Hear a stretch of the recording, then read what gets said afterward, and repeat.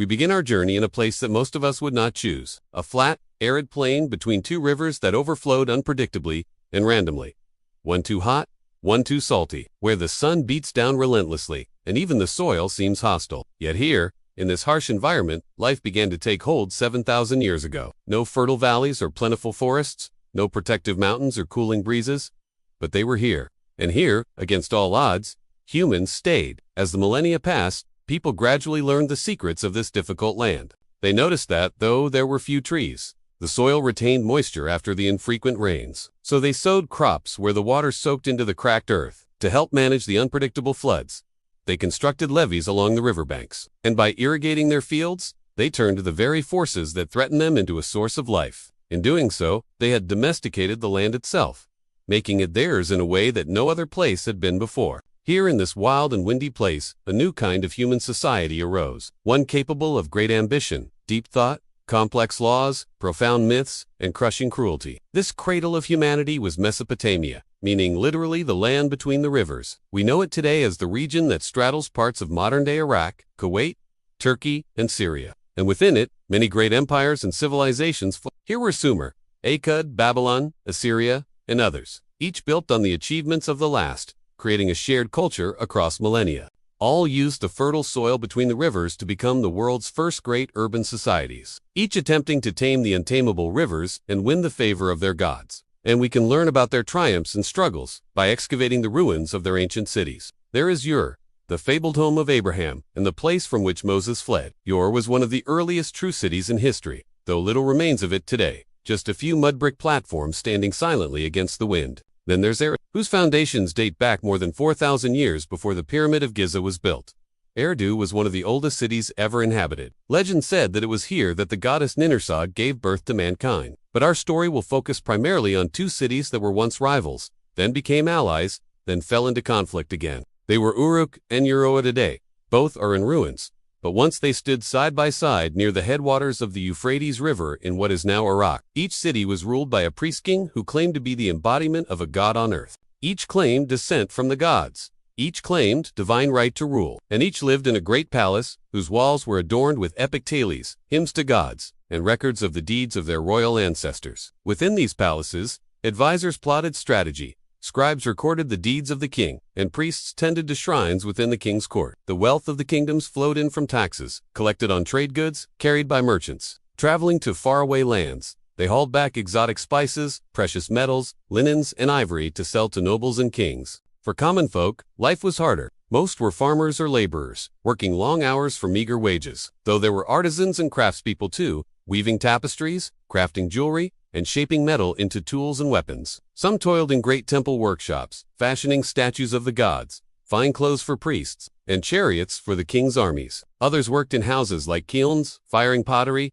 or along the riverbanks, helping move cargo onto and off of ships. After a day's work, people might meet in public squares to watch musicians play harps or drums or lyres, to see acrobats flip and twist, or to cheer as charioteers raced around a circular track. Once the sun dipped below the horizon, the evenings belonged to the gods. People gathered at shrines and temples to pray for protection, health, and good fortune. They might leave offerings of dates and figs, sesame oil and barley beer, or they might come to hear priests chant hymns to the gods, or to watch a procession of priests carrying a deity's statue through the streets. As the night deepened, they could listen to storytellers, recite myths and legends, or watch actors perform scenes from heroic tales, complete with costumes and chariots and even special effects. The stories they told were of daring adventures, journeys to the underworld, and battles between gods and monsters. Some were local legends about the founding of their city or their particular gods. Others were about Gilgamesh, a legendary Sumerian king known for his strength and bravery, who went on great adventures, battled terrifying beasts, and searched for immortality. Life in ancient Mesopotamia was neither easy nor pleasant, but it was rich in tradition, religion, and storytelling. Now, sadly, almost nothing remains of these cities today. Their mud brick walls crumbled centuries ago, and the clay tablets that once held their written records are cracked and faded. But every so often, archaeologists uncover a trove of tablets hidden in a sealed vault or inside a collapsed bookshelf. These clay libraries can tell us much about how ancient Mesopotamians lived, believed, and thought. One such cache of tablets was found at the ancient city of Ashur, which is now in modern-day Iraq. These tablets, written in cuneiform script, offer a window into everyday life in the ancient Near East. Many are receipts for deliveries of grain or wool, contracts for laborers, or lists of items stored in a temple. But some are personal: love letters, poetry, and even a school textbook. Together, they paint a picture of a society much like our own, with people buying and selling goods, hiring workers, and collecting rents. But they also show us a deeply religious people, invoking the gods in oaths, naming sons after deities, and asking the gods for help in business dealings was part of everyday life. The discovery of the Ashurbanipal library showed us that, even 2,000 years ago, knowledge was prized and preserved just as it is today. In fact, ancient Mesopotamia was home to some of the earliest schools in history, run by temple priests. They taught students how to read and write, do mathematics, and keep accounts. Scribes were especially valued because literacy was critical for keeping records, writing down laws, and recording history. To learn their craft, students used a reed stylus to press wedge-shaped marks into clay tablets. This system of writing, called cuneiform, is one of the oldest writing systems we have ever discovered. Though it may seem strange to us now, it was revolutionary for its time. Before cuneiform, people kept records by carving symbols into stone or by painting pictures on cave walls. But these methods were slow and difficult. With cuneiform, people could record information quickly and accurately, and this made all the difference, because in ancient Mesopotamia, written records were not just a way of preserving information, they were a tool for controlling people. Kings used their power to build impressive monuments that displayed their wealth and power, such as the famous Hanging Gardens of Babylon. Rulers commissioned vast building projects like temples and palaces to show off their wealth and influence. They erected huge stone gates, adorned with carvings of mythological creatures and scenes from heroic tales. They constructed massive city walls to protect their citizens from invaders. And they built ziggurats, large step towers that served as temples for their gods. These imposing structures dominated the skyline and were a constant reminder of the king's power. But the ziggurat was more than just a symbol of royal power. It was a physical link between earth and heaven. Its many levels represented the heavens themselves, and its topmost platform was thought to be close enough to the gods that they could speak to the priests who tended the shrine at its peak. In fact, many kings claimed to be descended from these very gods. They saw themselves as divine rulers chosen to lead their people and enforce the God's will on earth. Kings like Hammurabi of Babylon, who created one of the earliest sets of written laws in history. These laws covered everything from property rights to marriage to criminal punishments. They were carved on a black stone stele and inscribed in both the Akkadian language and in the language of the people. Hammurabi ruled over. The Code of Hammurabi is one of the earliest examples of human rights. While brutal by today's standards, it did establish a legal framework for settling disputes and maintaining order. Of course, life in ancient Mesopotamia was not without its pleasures. When the crops were in and the rains had come, people had time to enjoy themselves. They played board games, threw parties, drank beer and wine, and sang and danced to the accompaniment of harps and lyres. Poetry was especially popular. Love poems, laments, hymns, and epic tales were recited at banquets and festivals. And there were festivals aplenty, honoring gods and goddesses, celebrating the harvest, and commemorating victories in war. But despite these pleasures, life in ancient Mesopotamia was precarious. Floods could wipe out entire crops, droughts could parch the soil and make the land infertile, and enemies were always ready to take advantage of a weakened state. Still, the people of ancient Mesopotamia endured. They developed sophisticated systems of irrigation to water their crops. They built strong alliances with neighboring cities, and they worshipped a pantheon of gods who, like them, had to overcome great obstacles. In the end, though it was not enough, the Assyrians destroyed the city of Urartu. The Persians conquered the city of Urartu. And eventually, Alexander the Great swept through the region, ending the Neo-Babylonian Empire. The fertile lands between the rivers would go on to be fought over for millennia.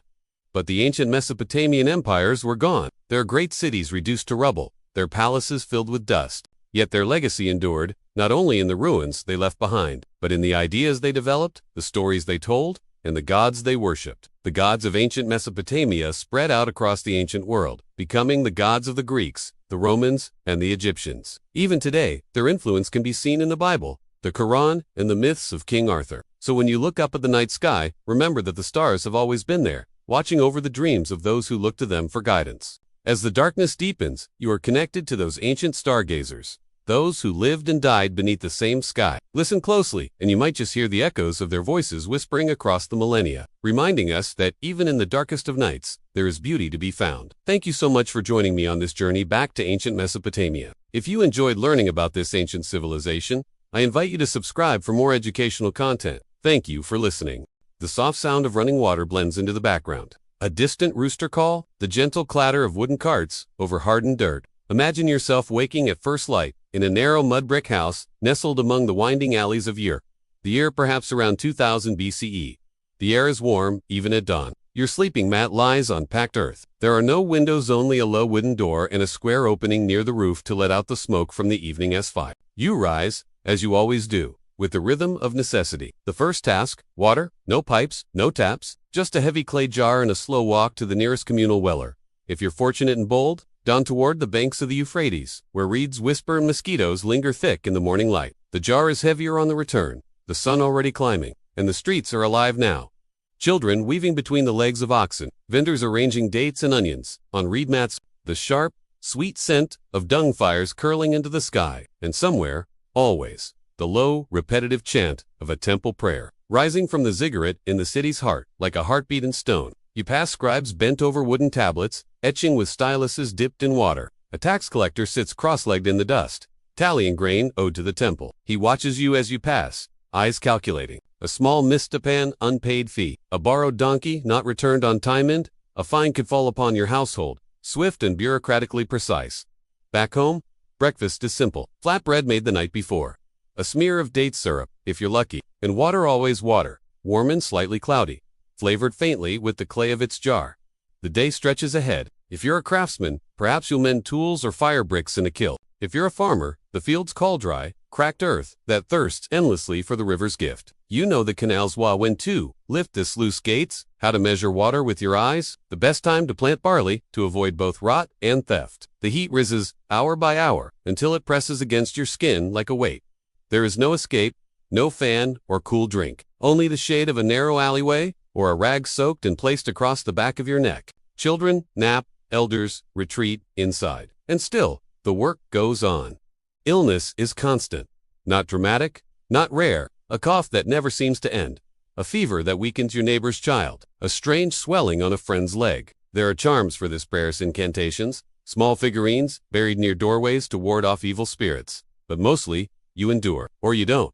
By late afternoon, the markets are thick with people. Noise rises in waves. Bartering, gossip, goats. You pass some man accused of cheating the temple, his head shaved as punishment, his shame on full display. You look away. Quickly, there is always a watchful eye. The gods are everywhere, and so is the city's bureaucracy. A missed tax, a wrong word in the temple, a forgotten ritual. These can tip the scales against you. You've seen it before, how a neighbor's field was seized. How a woman was accused of offending an Anna and forced to sleep outside the city walls until the moon passed full. As dusk creeps in, the temperature finally softens. Fires flicker to life, and the scent of lentils and onions drifts through the air. You sit on the roof, as most do, where the breeze is cut. You eat in silence, watching the stars emerge, the same stars the priests watch from their sacred towers, charting omens and futures. And then, darkness, deep and complete. There are no lights beyond the fire glow, no sounds beyond the quiet hum of night, insects, and the low murmur of your neighbors' voices on their rooftops. Somewhere, far off, a temple drum echoes, once, and you lie back on your mat, the earth beneath you, still warm, your limbs heavy. This was just one day, and tomorrow will come again, with the same rhythm, the same water to carry, the same gods to appease, the same dust in the wind. Now, many thousands of years later, let us visit another great city. It stands on a bluff above the Tigris, surrounded by high walls. Within them, marvels, lush gardens fed by a hidden network of tunnels and pumps, gleaming temples, a vast palace complex, proud gateways bearing the marks of distant lands. Here, the king holds court. Gilgamesh, 2/3 god, 1/3 man, strong as Humbaba, ancient forest demon, swift as Enkidu, the wild man of the desert, wily as Shamsi-Ad, the sun god himself, brave as Ishtar, queen of heaven. Valiantly he rules. But life is not all valor. The city is a furnace in summer, and even kings seek respite. So imagine yourself here, too, sitting on a cool marble bench in the palace garden, or perhaps in your own home, which may be humble, but has the luxury of shaded walls and a bath to ease tired muscles. Either way, the setting is much the same. The walls are decorated with paintings of bulls and lions, of battles won, of nature's bounty, and the air is fragrant with myrrh and cinnamon brought from lands beyond the mountains. It is a time for rest, so you sip spiced wine from a golden cup, listening to a bard play a harp. His song tells of adventures, perhaps of Gilgamesh and his wild man, Enkidu, or of a princess held captive atop a mountain. The tale changes every night, and you listen intently, lost in the music and the words. Or maybe you tell the story yourself, enjoying the company of friends or family. Laughter rings out, and you raise your voice to be heard above the lute. This was a time when bards thrived, when stories were shared and treasured, and when there were many ways to entertain oneself. Of course, you also listen to the news. The messenger arrives from a faraway land with tales of a great storm or an invading army. You hear about trade deals, about drought, about famine, about festivals in distant cities. It is important to know what is happening in the world, because this is a time when empires are built and broken, and the whole world is changing rapidly. But you also know the benefit of living in a great city. While the farmlands suffer, your fields yield fruit. While some grow thin and weak, you eat your fill and have food left over. And while others huddle in the dark, you enjoy the comforts of oil lamplight, of frescoed walls, and carved furniture. You watch servants bring in new foods from the kitchen, delicacies from the mountains and the sea. Your goblet is filled with Mountain Dew. Your plate holds fish from the ocean, cedar from Lebanon, gold from the east. Even in times of hardship, you fare well, though sometimes you wonder if the good times will last. Still, right now, the night is young. The musicians sing another song, and you are content to live in the moment, to enjoy the music, the wine, the friends around you. But even here, troubles can find you. Someone brings bad news. Maybe there has been a death in the family, or a field far away has been seized. Maybe an old enemy has returned from exile, or an innocent accusation has fallen upon a friend. You feel for the person, but you also know they must carry on. Life does not stop for sorrow. Not here in the city, so you raise your glass to your friend, wishing them luck. Then you turn back to the bard, and together you lose yourselves in the story. A hush falls. In the shadows, beneath the ziggurat, a priest whispers prayers to the wind. A lone goat bleats, the gurney creaks as it makes its way through the night. Now, centuries have passed. Cities have risen and fallen. New rivers have been charted. Yet, life goes on. And we find ourselves in another place, another time. But the rhythm is the same. The calls, the chants, the markets, the meals, the fears. From the earliest days of Sumer to the twilight of the Bronze Age, humanity's story has been a steady thrum of lives lived, choices made, moments caught in between the cradle of civilization and the dust of forgotten kings. Welcome back, friends. I'm sorry it's taken so long for us to get to this episode, but I wanted to make sure we did it right. And if you're new here, let me just say, you picked a great episode to join us. Today, we're diving into Uruk, the place that gave birth to Gilgamesh. If you've heard the story, you know how important that is. And for those of you who haven't, well, strap in because you're in for a ride. Like any good story, this one begins with a long, low rumble. Low tones drift in, like the hum of wind across stone. A slow heartbeat rhythm pulses gently beneath the narration. Long before Babylon or there was Uruk. You may know it not by ruins, but by a name whispered through centuries of storytelling. Gilgamesh, king demigod, warrior, builder, seeker of immortality. A man, perhaps or perhaps not. But more importantly, a symbol of human striving, human grief, and the eternal desire to leave something behind. Let us walk the streets of Uruk. Imagine a city enclosed by walls, miles of them, so vast that even the gods might pause to admire their precision. Walls set, as the story goes, Gilgamesh himself commanded to be built. Layer upon layer of fired brick, polished smooth by human hands, set with mathematical care. This is no humble town of clay huts and market stalls. Uruk is immense, bustling, structured. Two great temple districts crown its urban heart. One to Anu, the sky god, whose temple, the White Temple, rose clean and pale above the rooftops. The other, to Inanna, lady of love and war, of fertility and fury, whose sacred precinct pulsed with the rhythm of festivals, sacrifices, and secret rites. In the time of Gilgamesh, if he did live, it might have been around 2700 BCE. But whether he walked this earth or lived only in song, his city did exist. It rose from the floodplains of southern Mesopotamia, its very existence an audacious defiance of nature. Floods, droughts, invasions, all threatened its survival. And yet Uruk endured. But who was Gilgamesh? In the tablets of the epic, he is described as 2/3 divine and 1/3 mortal, towering in stature, unmatched in strength, but also cruel. A king who took what he pleased, who strained the backs of his people with endless labor, who exhausted the sons and shamed the daughters of Uruk. The people, in their exhaustion, cried out, and the gods, in their distant compassion, responded, not with punishment, but with balance. From clay and breath, they formed Enkidu, a wild man, shaggy and free, untouched by cities or kings. He was Gilgamesh's equal, and in time, his only friend. Their adventures slaying the cedar guardian, Humbaba, defeating the bull of heaven, may seem like legend. But within them lies a deeper truth of two men confronting the limits of power, and in the end, the mystery of death. Enkidu dies. And for the first time, Gilgamesh, mighty, seemingly immortal, faces his helplessness. He sets out on a journey across the ends of the world to find the secret of life everlasting. He does not find it. Not truly. He returns to Uruk, weary changed, and he looks upon the city walls, those same walls you imagined earlier, and sees them differently, not as monuments to glory, but as the true legacy he leaves behind. The story ends not with immortality, but with understanding, the kind of wisdom that only comes after grief, the kind that says, "We are mortal, and that is why we build, why we love, why we remember." But Uruk was not frozen in myth. Outside the stories, archaeologists have unearthed layers of truth. Uruk was indeed among the earliest true cities. Its innovations, writing, monumental architecture, social hierarchy, set the pattern for cities that followed. The famous work of Oz, carved with rows of offerings, animals, and figures, suggests a world deeply ordered by ritual. Priests managed the flow of goods, grain, and labor. Temples functioned not just as places of worship, but as bureaucratic engines, keeping records, collecting taxes, storing food. Clay tablets baked with the imprint of early cuneiform preserve receipts, contracts, and even And still, like all cities, Uruk declined. Its fields, once rich with silt from seasonal flooding, eventually became irrigation, poorly managed over centuries, turned the soil bitter. Trade shifted. Other cities rose. By the time of Babylon's zenith, Uruk was fading. Its temples emptied, its great walls worn and broken, its stories whispered, then written, then buried. But Gilgamesh remained. On broken tablets, deep beneath Nineveh, his story survived. In Akkadian, in Sumerian, in Babylonian script copied and recopied by scribes who found in it something worth preserving. Even today, we find fragments, a verse here, a line there, and always the same refrain, of grief, of friendship, of the walls that outlive us. Now pause. Now let us move on. Let us leave Uruk, its walls, and its dusty archives behind.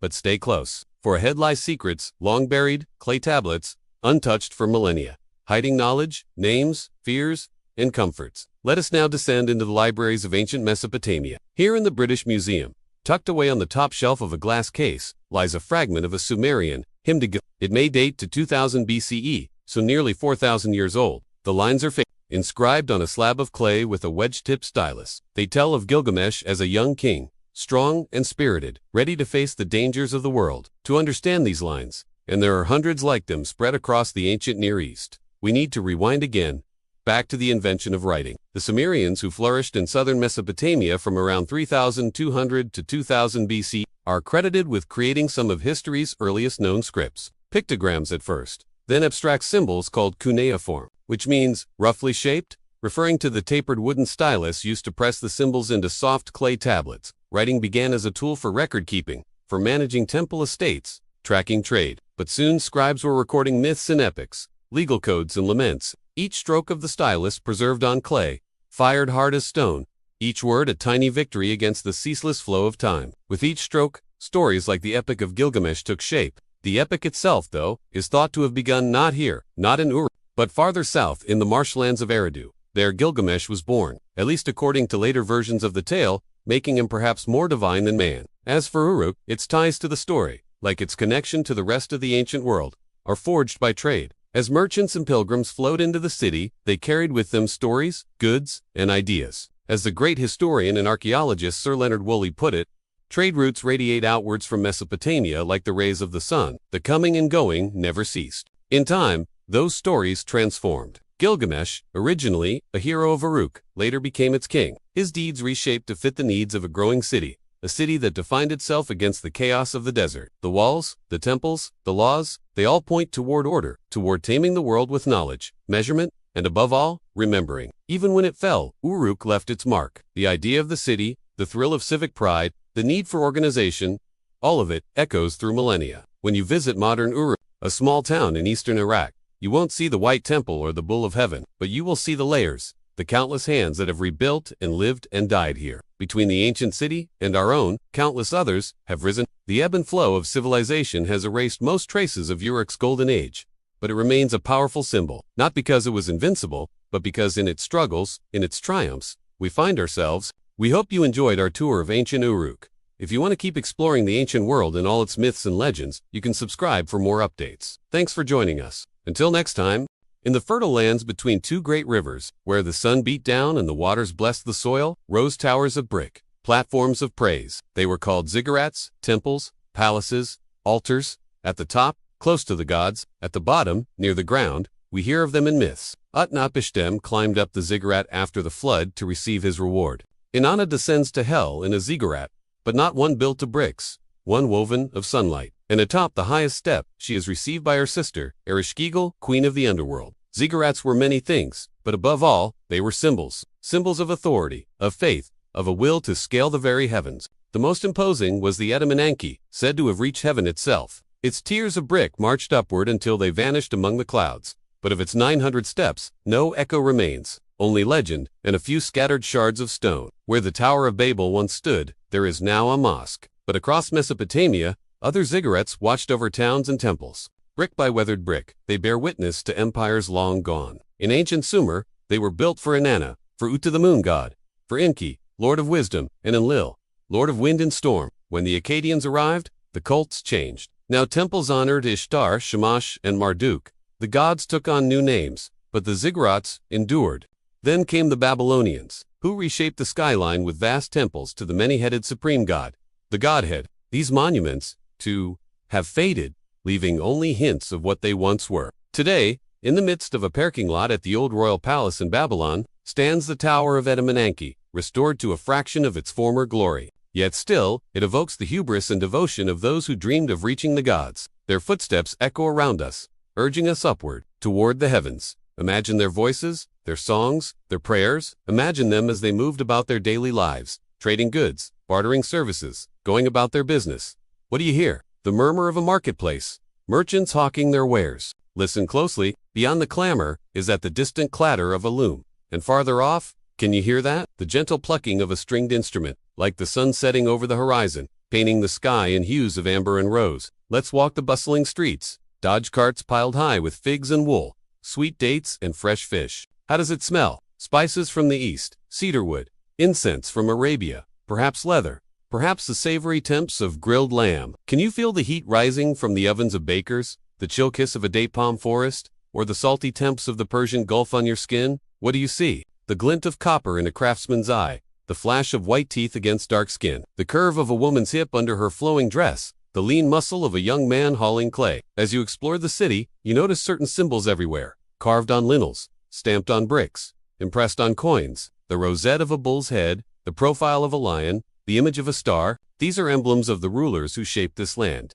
Kings like Gilgamesh and Sargon, conquerors like Hammurabi and Nebuchadnezzar. They reach back 5 millennia, their echoes carried on the desert winds, weaving through the lanes of the ancient city, hinting at tales of courage, kingship, and war. Beyond the city walls, life continues. Fishermen cast their nets on the Tigris and Euphrates. Farmers guide their oxen across plowed fields. Scholars gather in cool, shadowy libraries to study clay tablets. Lovers steal kisses beneath the shade of date palms.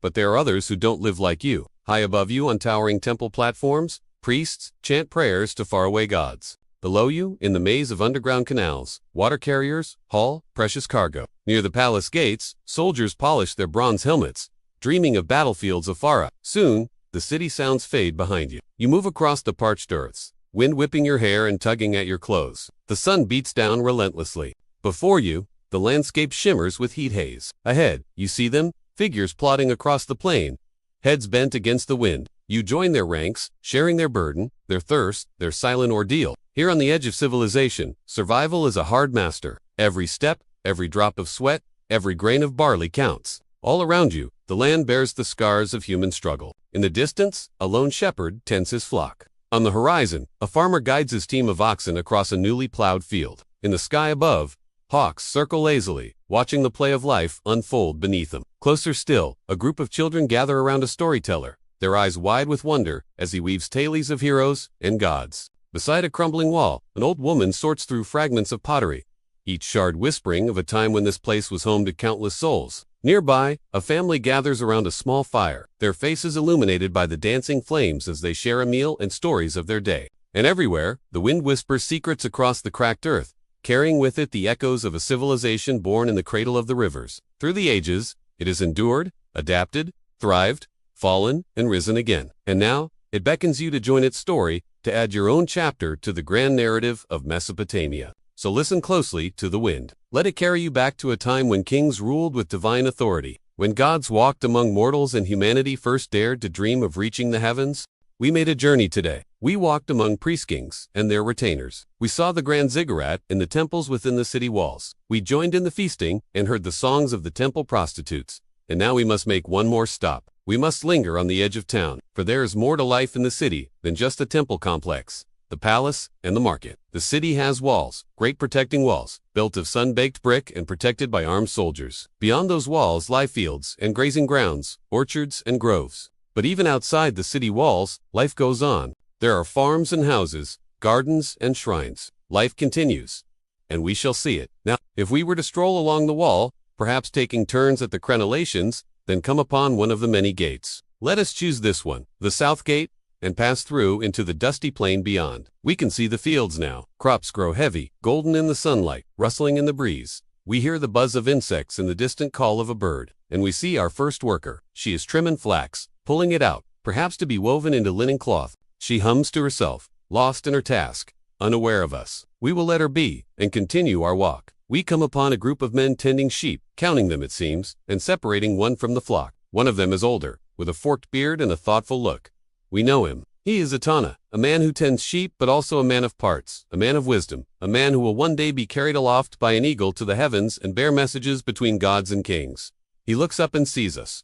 He smiles and nods. We smile back and turn away. We are about to discover another. A hunter with a net and a club walks toward us. He stops, looks us up and down, then asks where we come from and where we go. We tell him we are travelers passing through, and he laughs, baring teeth. We can see that he is young, barely a man, and that his face is scarred from some old mishap. His name is Alunan, we hear, and he lives alone, fending for himself, hunting and gathering berries and fruit. He does not fear anything. He tells us, not animals nor demons. Nothing can scare him. And though he is young, he is already famous throughout the land, for he has killed terrible beasts, bulls with twisted horns, and venomous snakes and dragons with 7 wings. We nod and smile and move on. Now, we hear the sound of hammers. On a nearby hill, we see sparks fly as a team of metalworkers tend their forge. We watch them work, bending metal into shape, heating it till it glows red, hammering it till it cools. Among them is a master craftsman, tall and lean, with hair tied back and sleeves rolled up. His muscles strain against his linen loincloth as he swings his hammer, bringing metal to perfection. His name is Urdinger, we learn, and he works not only for men, but for the gods. He has forged weapons for the most fearsome demons, and anchors for ships that sail the upper waters. He looks up, catches our eye, and nods gravely. We nod back and move on. We see a pair of lovers now, holding each other close, whispering secrets. They are young and beautiful, and their love knows no bounds. The woman Amat is slender and graceful, with eyes like pools of dark water and hair like spun gold. The man Zaram is strong and handsome, with skin like polished bronze and lips like ripe figs. They tell us they've met by chance. She while gathering flowers, and he while hunting birds. But now, their paths are entwined, and nothing can tear them apart. We watch them kiss and laugh and wander off, hand in hand, into the fading light. We pass a house now, or rather a series of houses, for this is not just one home, but an entire community. We see mud brick walls, thatched roofs, and courtyards filled with domestic animals. We see women grinding grain, children playing, men mending, fishing nets. We see a father teaching his son to shear wool, and a mother showing her daughter how to make bread. We see neighbors greeting each other, friends sharing a meal, and old men telling stories. We see life going on. And finally, we come upon a strange sight, something unlike anything we have ever seen before. There is a circle of men standing around a grave, and in the center stands a young woman with bare breasts and a conical hat. She holds a flower in one hand and a dagger in the other. She dances slowly, gracefully, entranced, and as she dances, the men chant in unison. Their voices rise and fall, echoing across the plain, and their words seem to weave a spell. We watch, fascinated, as the woman twirls and leaps and cuts her finger, letting blood drip from the tip of her blade. She dips the flower in the blood and offers it to the dead. Then she throws her head back and screams, a long, drawn-out cry that pierces our hearts. The men chant louder now, and the earth itself seems to tremble beneath our feet. And then suddenly, just as quickly as it began, the ceremony ends. The men disperse, and the woman collapses, sobbing, onto the grave. We stand there for a moment, awestruck, not knowing what to say or do. Then we turn and walk away, leaving the grieving woman and the silent grave behind us. This day has been full of sights and sounds and smells and tastes. We've seen skilled workers, lovers, families, homes, festivals, death rituals. We've smelled freshly baked bread, sweet flowers, the musk of animals. We've tasted roasted meat, spiced wine, ripe figs, and now it is time to rest. We are weary from our journey, and it is time to find lodging for the night. There are many options available to us. We could ask a passerby for directions to the nearest inn. We could follow the sound of laughter and singing to a tavern where we might find good company and drink. Or we could seek out the temple district, where we might find hospitality, though perhaps not much else. We are free to choose our own adventure, but let us pause for a moment and savor the quiet. The sun is setting, painting the sky in hues of orange and purple. The air is still warm from the day's heat, and the only sounds are the distant call of a bird and the gentle rustle of leaves in the trees. We close our eyes and breathe deeply, letting the beauty of the moment wash over us. When we open our eyes again, we see that we are not alone. Before us stand three figures, each beckoning for us to follow. They are guides, we sense, offering to lead us to safety and comfort. Each guide represents a different path, a different way of life. The first is dressed in fine robes, his skin gleaming from oil and his hair perfumed. He smiles warmly and gestures toward a palace with whitewashed walls and manicured gardens. The second is clad in rough-spun linen, his hands calloused and his face weathered. He points to a humble cottage with a thatched roof and a patch of vegetables growing outside. The third wears no clothes, save for a necklace of beads and feathers. Her body is painted with intricate designs, and she dances gracefully, inviting us to join her in a celebration of life. Which path will we choose? The comfortable ease of the palace, the simple honesty of the cottage, or the uninhibited freedom of the dance? The choice is ours. And so our journey ends. Or perhaps it is just beginning. We have seen much today, much that is familiar and much that is strange. We have seen ourselves reflected in the eyes of others, and we have seen ourselves as seen by outsiders. We have laughed and feasted and danced. We have toiled and sweated and bled. We have lived, and now we must make one final choice. Where will we go from here? What will we do next? The answers lie within us, shaped by all that we have experienced, all that we have learned, all that we have become. Our journey is done, but our story is far from over. The Sumerian epic of Gilgamesh speaks of a flood sent by the gods to wipe the world clean of humanity. And as you know, it ends with Utnapishtim, the sole survivor aboard a boat, given immortality by the gods after his great ordeal. After he survives the great flood, he journeys to the cedar forest, where he is nearly slain by a monstrous bull. He flees to the mountains of Meshu, where he must pass between the two great guardian rocks. Finally, he meets the sun god Utu, who gives him the secret of eternal youth. He travels to the home of the gods, where he tests his luck against the forces of fate. He learns that the gods have decided that he will die, but that his death will be glorious. He returns home, where he is greeted as a hero. He realizes that mortality is inevitable, but that it is also a gift that should be He spends his remaining days building a great city wall around Uruk, which the gods reward by granting him immortality. So ends the Sumerian epic of Gilgamesh, and with it, our journey. Like Gilgamesh, we have faced many challenges and overcome them. We have learned much about ourselves and the world around us. We have discovered the importance of friendship and the inevitability of death. We have seen the power of the gods and the strength of the human spirit. And now we must go our separate ways. You have journeyed far and learned much. May you take these lessons to heart and use them to build your own great city wall, or perhaps to navigate the mountains of Meshu. Your path is your own to choose. But wherever you go, whatever you do, remember the words of Gilgamesh. Do not be afraid of the journey. Embrace it. Thank you for joining us on this journey. We hope you have enjoyed our reimagining of ancient Sumeria. If you want to learn more about this fascinating civilization, stay tuned for more updates. Until then, farewell. So you've reached the end of the Sumerian arc. And I know what some of you might be thinking. Are we done? Is this it? Well, actually, no. In fact, we have a few more stops on our tour of ancient Mesopotamia. We'll visit the Akkadians, the Babylonians, and the Assyrians, and explore the mysteries of Ishnuna and the hidden tombs of the kings of Ashuan. A moment to say goodbye to Sumer. The Sumerians were the first culture that history has revealed to us, and yet they are not the beginning. They didn't create civilization out of nothing. They built on earlier cultures such as the Harufians and the Hutuians, who preceded them by centuries. And after the Sumerians, civilization continued with the Akkadians, the Babylonians, the Assyrians, and beyond. So how should we think about the Sumerians' place in history? Here are three ways. First, the Sumerians pioneered many of the features we associate with civilization: writing, cities, states, complex religion, and monumental architecture. All of these things originated during the early dynastic period, which lasted from roughly 2900 to 2350 BCE. Other cultures had writing, rudimentary though it was, before the Sumerians, but the Sumerian cuneiform script was the first to encode abstract concepts and record literature. The Sumerian city of Ur was one of the earliest true cities in the world. Sumerian kings boast of being the first to build temples to rival the heavens themselves. It's also very possible that early forms of mathematics and astronomy also took root in Sumer, although the evidence is a bit ambiguous. Certainly the Sumerians' obsession with the cosmos was unparalleled in the ancient Near East for centuries. So Sumer definitely pioneered many things. But civilization isn't just about pioneering new things. It's also about passing on what you've inherited, adapting it, and refining it. And that brings us to our second point. Sumerian civilization was built on the foundation of earlier Mesopotamian cultures and passed on to later generations. In turn, the Sumerian language, for example, evolved from earlier languages and was then inherited by the Akkadians, and then the Babylonian and Assyrian empires used it alongside their own languages for centuries. In fact, the Sumerian language endured in some form until the Islamic period. That means that it remained an important part of Mesopotamian culture for over 4,000 years. Sumerian architecture, art, religion, and mythology also heavily influenced later Mesopotamian cultures, and indeed all of the ancient Near East. It wasn't until the late 2nd millennium BCE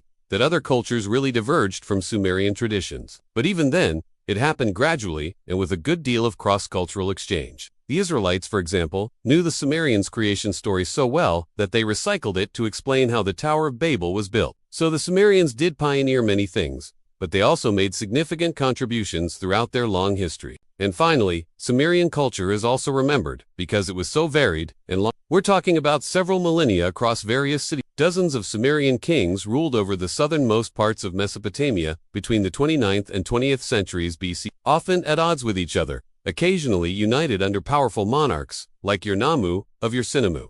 As we saw last week, Sumerian kings competed in the number of temples they built, the size of their armies, the wealth of their cities, and the scale of their building projects. So Sumerian culture was rich and varied, but it also changed. Over the course of its existence, the Sumerians adapted to changing circumstances and created new art, new stories, new temples, new laws. For example, the Code of Ur-Nammu, one of the earliest known law codes, reflects a mature society that had developed sophisticated legal norms. Likewise, the Epic of Gilgamesh began as a collection of folk tales about the legendary king of Uruk, and over the course of hundreds of years, those tales were woven together into the world's first great poem. The Sumerians innovated and adapted. They weren't static. So, in considering Sumer's place in history, keep in mind that it wasn't just a place, it was a process. Sumer wasn't a static culture that simply invented civilization and then disappeared. It was an evolving cultural area that participated in, supported, and helped shape civilization's development for thousands of years. It was the cradle of civilization, yes,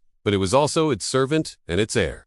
So now, it's time to say goodbye. The ancients liked to mythologize the origins of their cities. In Sumer, the Eridu cycle traced the founding of Eridu back to the god, Enki. And now we bring this circle full circle by sending you back to the city of Enki. Welcome to Eridu. You find yourself back on the banks of the Euphrates River watching boats glide up and down stream. Beyond the river, the land begins to rise, giving way to rolling hills covered in date, palms and fields of barley swaying in the breeze. In the distance, a flock of geese honks as it flies overhead, their calls echoing the cries of the river traffic below. This is a place of peace, of quiet contemplation. And as you look towards the center of town, you see the grand ziggurat piercing the sky. It's a vast structure, wide at the base and narrowing towards the top. 7 levels high, a stairway to the gods. It's built of sun-baked brick, its surface white, gleaming in the sunlight, decorated with blue tiles and topped with a golden crescent moon. Around the base, 4 staircases lead up to the platform at the 2nd level, each approached by ramps from the cardinal directions. On this level, and at each level above, are entrances to chambers, storerooms, shrines, living quarters for the priests and priestesses, perhaps even classrooms for scribes. You're not sure. Above the 2nd level, you can't tell where one entrance begins and another ends. They seem to blend into the vast bulk of the ziggurat, receding into the distance. As you stare upwards, you realize that you can't make out individual bricks from this far away. It's become a smooth, featureless mass of white rising towards the heavens. You spend the day visiting the temples, walking among the towering columns, breathing in the incense, watching rituals unfold, listening to chanting. Priests and priestesses, dressed in crisp white robes, move with dignity and precision. At the top of the ziggurat, you find an oasis. Lush vegetation grows around a pool of fresh water. Palm trees provide shade and songbirds fill the air with sweet music. From the top of the ziggurat, you can see the whole city. In the distance, the royal palace shimmers in the heat haze. Workshops and granaries stand side by side, their tiled roofs a patchwork quilt against the hard, baked earth. You watch farmers work in their fields, see children chasing each other through the bustling marketplace, hear musicians playing harps and drums, smell spices carried on the wind from the waterfront where ships unload exotic goods. In the evening, you join the locals on the banks of the river. You watch boys and girls splashing in the shallows, See fishermen casting nets into the current. Listen to the rumble of traffic as merchants and travelers head home.